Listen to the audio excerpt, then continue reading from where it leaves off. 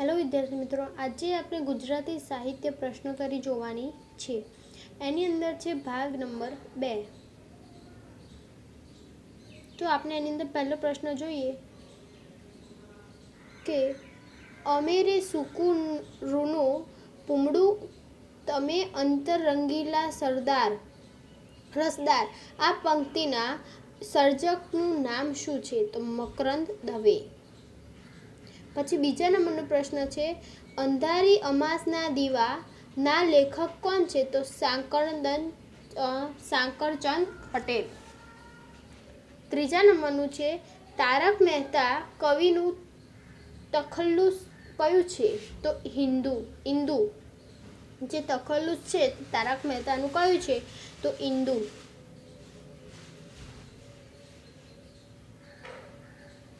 પછી છે ધ્વનિ આંદોલન, શ્રુતિ શાંત, કોલાહલ વગેરે કયા સાહિત્યના કાર્યસંગ્રહો છે? તો રાજેન્દ્ર શાહના. પાંચમા નંબરનો પ્રશ્ન છે કે સોનેરી ચાંદ રૂપેરી સૂરજ પ્રયન હાઇકુના રચયિતા કોણ છે? તો સ્નેહર્ષિ. છઠ્ઠા નંબરનું છે દેશ પ્રેમ કાવ્ય હુન્નરની ચડાઈ ના લેખક કોણ છે? તો કવિ દલપતરામ.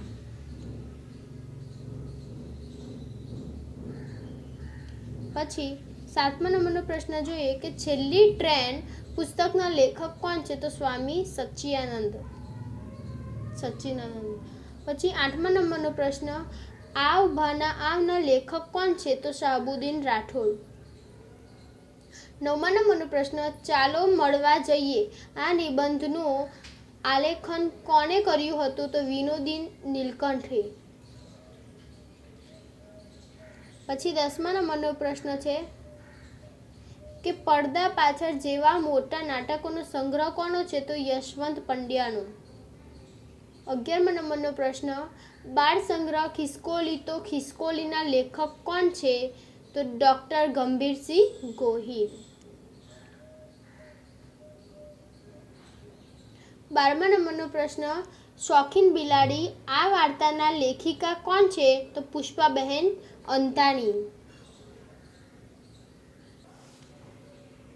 હવે છે 13મા નંબરનો પ્રશ્ન તો એની અંદર છે સહરાનાની ભવ્યતા પુસ્તકનું સાહિત્ય સ્વરૂપ શું છે? તો ચરિત્ર નિબંધ. પછી 14માનો પ્રશ્ન છે કે ગુજરાતમાં ખંડકાવ્યના પિતા તરીકે કોણ ઓળખાય છે? તો કવિ કાંત ઓળખાય છે. 15મો પ્રશ્ન ગુજરાતની પ્રથમ જાનપદી નવલકથા કઈ છે? તો સોરઠ તારા વહેતા પાણી.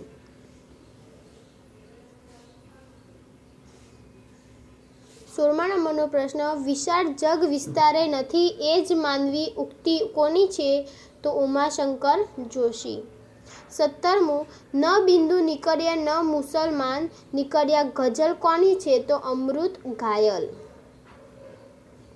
18મો પ્રશ્ન શ્યામ રંગ સમીપે ન જાવું ઉક્તિ કોની છે? તો દયારામની. પછી છે 19મો પ્રશ્ન એકાંત તારીખનું ઘર કોની કૃતિઓ છે? તો સુરેશલાલ દલાલની કૃતિઓ છે. 20મા નંબરનો પ્રશ્ન છે ગુજરાતી લોક સાહિત્યના ફેલાવવા માટે કઈ કોમનો મહત્વ ફાળો છે? તો ભાટ ચારણનો.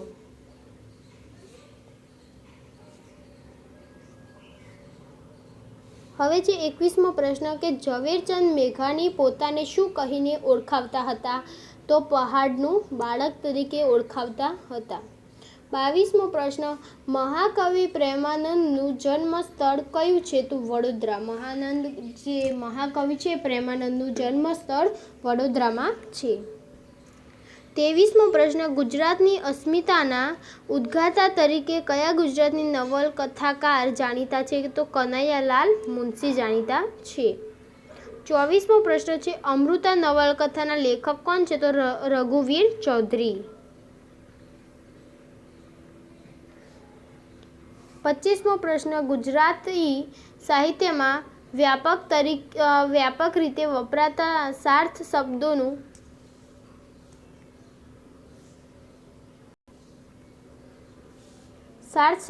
પ્રકાશન કઈ સંસ્થા દ્વારા થયું હતું?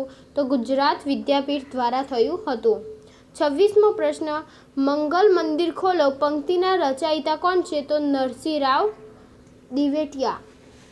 જે નરસિંહરાવ દિવેટિયા છે તેમને મંગલ મંદિર ખોલો તે કાવ્ય તે આપણે પ્રાર્થના લખી છે. 27મો પ્રશ્ન ભૂખ્યા જનોની જઠર રાગીન જાગશે કયા કવિની પંક્તિ છે? તો ઉમાશંકર જોશીની. 28મો પ્રશ્ન હિમાલય એટલે અવધૂતની પથારી અને મુમુક્ષુનું પિયર કોને કહ્યું છે? તો કાકા સાહેબ કાલેલકરને. 30મા નંબરનો પ્રશ્ન પાટણની પ્રભુતા પૃથ્વી વલ્લભ રાજાધિરાજ કૃતિના લેખકનું નામ શું છે? તો કનૈયાલાલ મુનશી છે.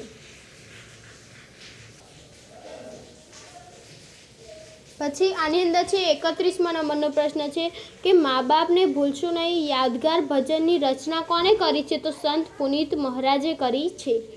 32માનો પ્રશ્ન જેના ભાગ્યમાં જે સમય તે લખ્યું તે તેને સમયે તે જ પહોંચશે. આ ઉક્તિ કોને લખી છે? તો નરસિંહ મહેતાએ લખી છે. 33મો પ્રશ્ન અંગત કાવ્ય સંગ્રહના કર્તા કોણ છે? તો રાજીવ પટેલ. 34માનો પ્રશ્ન છે સાત પગલાં આકાશમાં નવલકથા કોને લખી છે? તો કુંદનિકા કાપડિયાએ લખી છે. 35મો પ્રશ્ન ગુજરાતી વિષયમાં પીએચડીના સૌપ્રથમ માર્ગદર્શક તરીકે કયા સાહિત્યકાર માન્ય થયા હતા? તો રામાયણ પાઠક થયા હતા.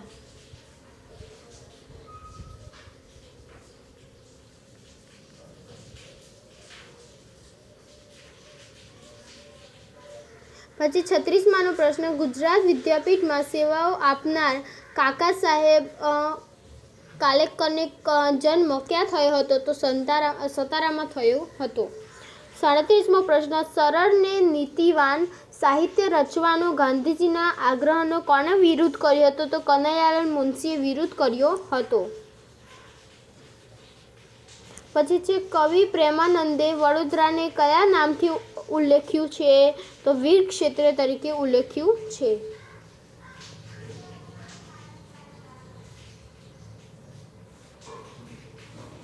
39મો પ્રશ્ન લાંચિયાનું ગયું રાજ્ય તોય નથી ગઈ લાંચ જુલમી રાજા ગયાને જુલમ જાહેર છે પંક્તિ કયા સાહિત્યકારની છે? તો કવિ દલપતરામની છે. સૂરદાસના ભક્તિ ગીતો કઈ બોલીમાં છે? તો વ્રજ બોલીમાં છે. રણજીતરામ સુવર્ણચંદ્ર કઈ સંસ્થા દ્વારા આપવામાં આવે છે? ગુજરાત સાહિત્ય સભા તરીકે આપવામાં આવે છે. સ્વામી આનંદનું મૂળ નામ શું હતું? તો હિંમતલાલ રામચંદ્ર દવે. વેઇટિંગ ફોર ગોદો નાટકનો ગુજરાતીમાં અનુવાદ કોને કર્યો? તો સુમન શાહે. બૃહદપીગર ગ્રંથના કર્તા કોણ છે? તો રાવી પાઠક. 45મો પ્રશ્ન પ્રવીણ દરજીએ સાહિત્યમાં કયા ક્ષેત્રે સવિશેષ સર્જન કર્યું હતું? તો નિબંધમાં કર્યું હતું. 46મો પ્રશ્ન આંખના ધન્ય છે કોનો કાવ્ય સંગ્રહ છે? તો નરેન્દ્ર મોદીનું. આંગળીયાદ નવલકથાના લેખક કોણ છે? તો જોસેફ મેકવાન.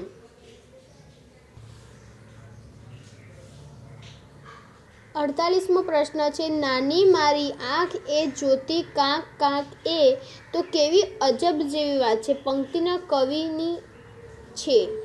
તો કયા પંક્તિના કવિની છે? તો ઉપેન્દ્રાચાર્યની છે. 49મો પ્રશ્ન ગુજરાતી ભાષાનું પહેલું વર્તમાનપત્ર કયું છે? તો મુંબઈ સમાચાર છે. 50 નંબરનો પ્રશ્ન અખાએ મોહર રાત્રિને દૂર કરવા કયો ગ્રંથ લખ્યો હતો? તો અનુભવ બિંદુ લખ્યો હતો. વિદ્યાર્થી મિત્રો વિડીયો ગમ્યો તો લાઈક કરો, બીજાને શેર કરો અને સબસ્ક્રાઈબ કરવાનું ભૂલતા નહીં. સબસ્ક્રાઈબ કરશો તો તમારા મોબાઈલમાં નોટિફિકેશન આવી જશે અને બીજાને પણ સેન્ડ કરો જેથી એમને કરીને પણ આ વિડીયો જરૂર લાભદાયક બને. થેન્ક યુ વિદ્યાર્થી મિત્રો.